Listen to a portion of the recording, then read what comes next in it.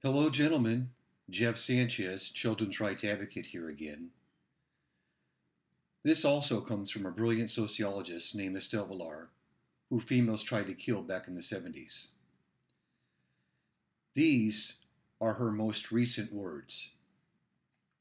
Author's introduction. Over 35 years have passed since the first publication of my book, The Manipulated Man, a pamphlet written in great anger against the women's movement, worldwide monopoly of opinion. The determination with which these women portrayed as victims of men not only seemed humiliating, but also unrealistic.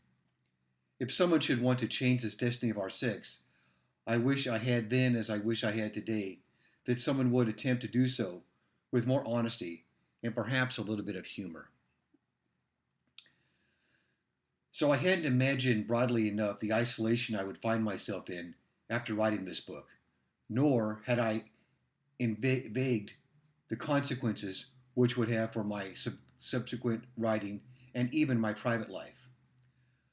Violent threats have not ceased to this date.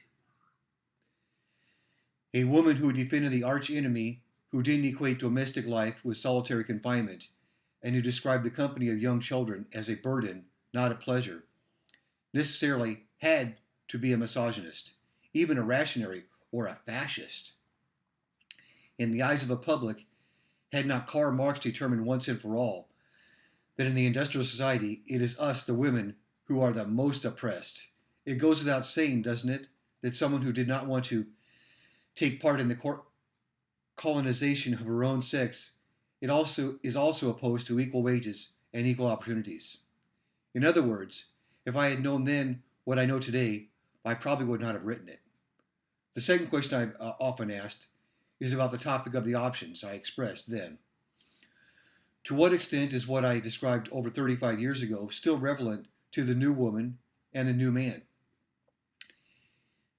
Here is a list of the issues I recognized in the original book to be men's most significant disadvantages compared to women. Men are conscript, women are not. Men are sent to fight in wars, women are not.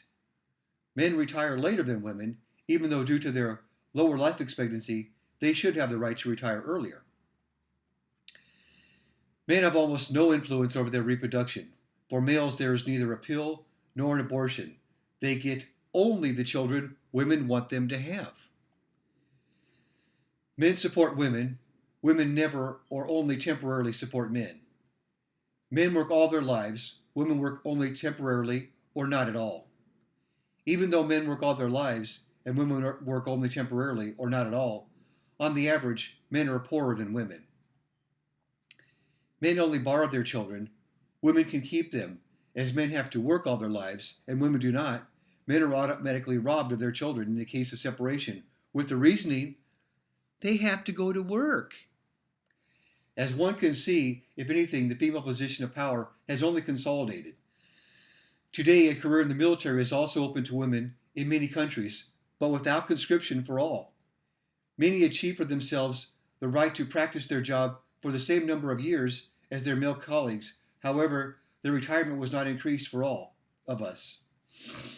And now, as before, it does not occur to the underprivileged to fight against this grotesque state of affairs. Only as far as the sixth point is concerned has there been any significant change in the more entertaining spheres of work.